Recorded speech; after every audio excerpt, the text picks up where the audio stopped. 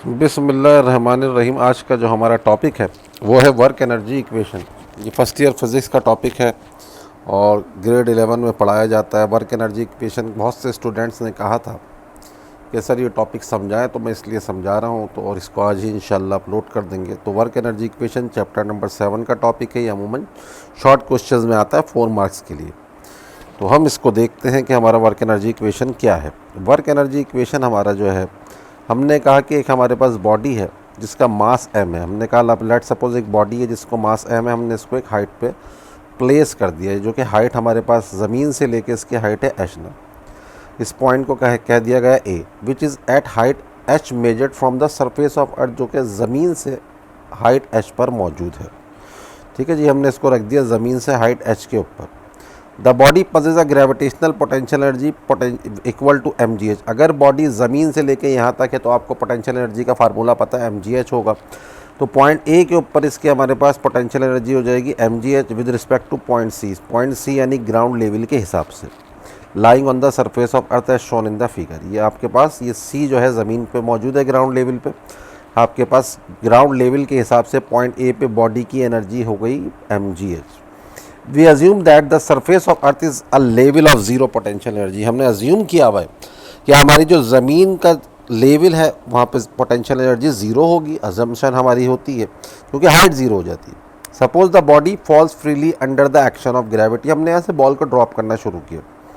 Ball पहले X displacement cover करके point B पे पहुँचेगी, देन उसके बाद पॉइंट सी पे पहुँचेगी under the action of gravity. Consider its position B at a distance X. ये जब बी पे पहुंचता है तो इसकी पोजीशन क्या हो जाती है, आपके पास इसकी पोजीशन हो जाती है बी, और ये डिस्टेंस कवर करता है x below a point A during the downward motion. Downward motion में जब ए से लेके बी तक पहुंचता है तो एक्स डिस्प्लेसमेंट कवर करता है और ये पॉइंट बी तक आ जाती है बॉडी। अच्छा जी, obviously the potential energy of the body at point B, जब पॉइंट बी पे पहुंचता है तो इसकी पोटेंशियल एनर्जी हमारे पास हो जाती है mgh माइनस एक्स। क्योंकि हाइट इसकी अगर देखा जाए तो यहाँ पे इसकी हाइट को हम कंसीडर करते हैं, ये पूरी हाइट है h और ये हमारी हाइट है x के बराबर। तो इस हाइट को हम नाम दे देते हैं h माइनस एक्स।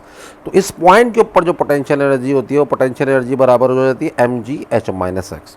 इसका मतलब ये है कि पोटेंशियल एनर्जी जो b पर है वो a से कम है, यानी पोटेंशियल एनर्जी आपके पास क्या है, mgh ज़्यादा थी क्योंकि हाइट s ज़्यादा और h माइनस एक्स कम है। यानी कि पोटेंशियल एनर्जी जो पॉइंट a के ऊपर थी, mgh हमारी पोटेंशियल एनर्जी है पॉइंट a के ऊपर, और mgh माइनस एक्स हमारी पोटेंशियल एनर्जी है पॉइंट b के ऊपर। तो mgh हमें ये पता है कि बड़ा है mgh माइनस एक्स के। इसका मतलब है कि पोटेंशियल एनर्जी ने कहीं ना कहीं लॉस हुई है। जब ऊपर से नीचे गिर रही है तो पोटेंशियल एनर्जी कहाँ जा रही है। सवाल ये आता है कि जब बॉडी ए से लेके बी की तरफ आ रही है तो पोटेंशियल एनर्जी किधर जाती है, पोटेंशियल एनर्जी कन्वर्ट हो जाती है काइनेटिक एनर्जी में। दस the body has lost potential energy by an amount mgx। इसमें आप अगर देखा जाए तो इसकी पोटेंशियल एनर्जी कितनी कम होती है, इसकी पोटेंशियल एनर्जी mgx कम हो जाती है। और ये किस वजह से कम होती है, ये पोटेंशियल एनर्जी काइनेटिक एनर्जी में कन्वर्ट हो गई। At point A the body is at rest so its kinetic energy is zero. Point A पे जब बॉडी मौजूद थी तो बॉडी रेस्ट में थी, काइनेटिक एनर्जी जीरो थी। जब डाउनवर्ड मोशन की बात होती है तो उसकी वेलोसिटी बढ़ना शुरू होती है। जब काइनेटिक वेलोसिटी बढ़ती है तो काइनेटिक एनर्जी बढ़ती है। We also assume that there is no force of friction. जब ये ऊपर से नीचे आता है तो कोई फोर्स फ्रिक्शन इन्वॉल्व नहीं ले रहा है। हमने अज्यूम किया हुआ कि फोर्स ऑफ फ्रिक्शन अभी मौजूद नहीं है involve during the motion of the body. Thus the loss of potential energy must be equal to the gain in kinetic energy, that is potential energy is being converted into kinetic energy. आप ये कहने का मकसद ये है कि potential energy जो point A पे थी वो ज़्यादा थी, mgh थी, और जब ये पॉइंट बी पे पहुंचा तो mgh माइनस एक्स बन गई। जो पोटेंशियल एनर्जी में डिफरेंस आ रहा है mgx, वो कहाँ जाता है, वो कहाँ जाता है, वो काइनेटिक एनर्जी में कन्वर्ट हो जाता है। ठीक है जी, पोटेंशियल एनर्जी कन्वर्ट हो जाती है काइनेटिक एनर्जी में। When the body reached just above the point C, जब पॉइंट C पर जस्ट पहुंचती है तो इसकी पोटेंशियल एनर्जी नियरली जीरो होती है। जस्ट अबव की बात हो रही है। That is whole of its potential energy is converted into potential energy. Potential energy is converted into kinetic energy. Kinetic energy के अंदर कन्वर्ट हो जाती है potential energy, converted into kinetic energy. Therefore loss of potential energy बराबर हो जाता है gain in kinetic energy के। लॉस ऑफ पोटेंशियल एनर्जी बराबर हो जाता है गेन इन काइनेटिक एनर्जी के। यहाँ पे आपके पास ये देख सकते हैं कि जो पोटेंशियल एनर्जी में लॉस हुआ वो काइनेटिक एनर्जी में गेन के बराबर हो गया। When the body reach just above the point C के जस्ट अबव पहुंचती है तो उसकी पोटेंशियल एनर्जी तकरीबन ज़ीरो होती है, यानी कि इसकी होल पोटेंशियल एनर्जी जो है कन्वर्ट हो जाती है काइनेटिक एनर्जी में। यहाँ पे ये पी नहीं है के ही। Therefore loss of potential energy बराबर हो गया गेन इन काइनेटिक एनर्जी में, और ये जब हो रहा है जब एयर फ्रिक्शन को इन्वॉल्व नहीं कर रहे।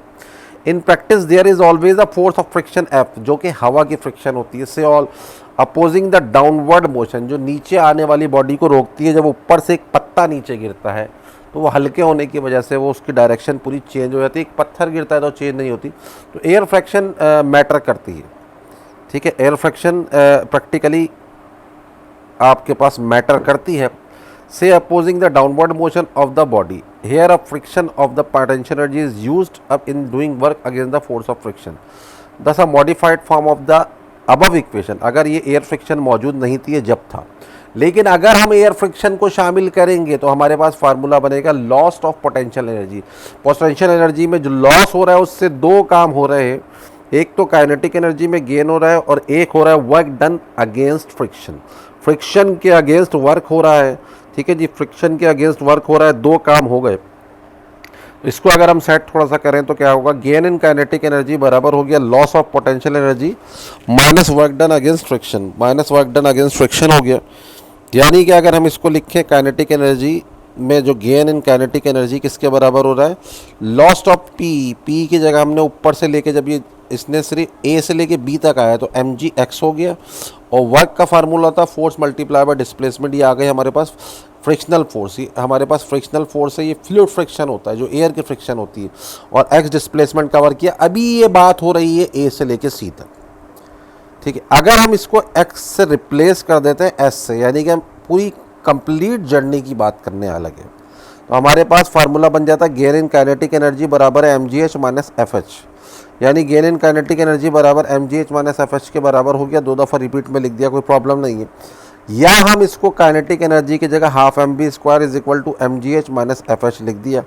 ये हमारे पास इक्वेशन बन गए, half mv square is equal to mgh minus FH। ये इक्वेशन कहलाती है वर्क एनर्जी इक्वेशन। अगर पेपर में आती है तो एज इट इज़ आप इसको लिखें, कोई प्रॉब्लम नहीं है। जिस तरह से लिखवा है यही लिखें आप, यही वर्डिंग के साथ हमने लिखा हुआ है तो आप इसको लिख सकते हैं। ये कहलाती है वर्क एनर्जी इक्वेशन। कोई इतना प्रॉब्लम नहीं है, बहुत ईजी इक्वेशन है। ये फार्मूला हमारे पास बन गया। अच्छा, इससे रिलेटेड कोई बुक में तो सवाल नहीं है, लेकिन एक आया था प्रॉब्लम 2018 में। 2018 में इससे रिलेटेड एक प्रॉब्लम आया था। इसका हमारे पास ये सवाल कुछ इस तरह से है। ये कहा जाता है आपके पास an object weighing 98 newton. W कितना आ गया यहाँ पे आपके पास, वेट कितना हो गया इसका, अगर देखा जाए तो इसका वेट हो जाता है 98 न्यूटन। ठीक है जी, 98 न्यूटन वेट से आपको ये पता है कि हम क्या निकाल लेते हैं। हम वेट जब निकालते हैं तो वेट से हमारे पास एक चीज़ और आ जाती है जिससे हम कहते हैं मास निकल जाएगा। ये हो जाएगा 98 newton. Is drop from a height of 10 metre. ये 10 मीटर की हाइट से ड्रॉप होता है तो h किसके बराबर हो गया, 10 मीटर। h बराबर आ गया 10 मीटर के बराबर। सही है जी, h बराबर आ गया 10 मीटर। ये आपको हाइट भी मिल गई, इसकी हाइट इसकी मिल गई, h बराबर है 10 मीटर। ठीक है जी। अच्छा जी, ये आपके पास हाइट भी आ गई यहाँ पे। It is found to be moving with a velocity of 12 metre per second. Velocity दी जा रही है 12 मीटर पर सेकंड के बराबर। वेलोसिटी कितनी हो गई, 12 मीटर पर सेकंड। ये आ गई इसकी वेलोसिटी 12 मीटर पर सेकंड। ठीक है जी, ये वेलोसिटी हो गई 12 मीटर पर सेकंड। ठीक है। Just before it hits the ground how large was the frictional force. Frictional force आपको मालूम करनी है। ठीक है जी, फ्रिक्शनल फोर्स हमें मालूम करनी है। इसका आंसर जो है मेरे ख्याल से 26 न्यूटन है, 26 नहीं है, सिर्फ 26 न्यूटन होगा इसका आंसर। ठीक है ना, यहाँ पे थोड़ी सी गलत लिखा हुआ आंसर इसका अगर देखा जाए तो। ये अगर हम इसको सॉल्व करते हैं तो आप लोग कर सकते हैं इसको सॉल्व। वेट से मास निकालिएगा, ये पीछे वाली इक्वेशन लगाएं। हाफ भी पता है, एम भी पता है, वी स्क्वायर भी पता है, जी 9.8 लेना है, एफ आपको निकालना है। इसका आंसर आ जाएगा 226 नहीं 26 न्यूटन। इसका आंसर हमारे पास क्या आएगा, 26 न्यूटन इसका आंसर होगा। ठीक है जी, यहाँ तक इसको करते हैं, ये समझ में आ गया होगा ये बहुत आसानी से। Let's see, have a learn even a bit, thanks.